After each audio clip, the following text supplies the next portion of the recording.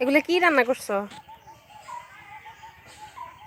হুম, কোনটা কি নাম বলো?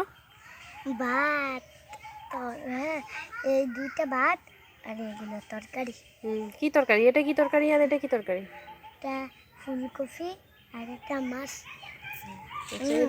এটা মাছের ওরে গোস্ত তো গোস্তের পিস কই এগুলি? এখন আবার কি কাটতেছ? ভর্তা বাড়ি। তাই? কিসের ভর্তা? কিসের ভর্তা? মধুর ভর্তা। মধু দিয়ে আবার ভর্তা হয়? এই ভর্তার ভর্তা। এটা কি পাতা? এগুলোর ভর্তা। এটা কি পাতা?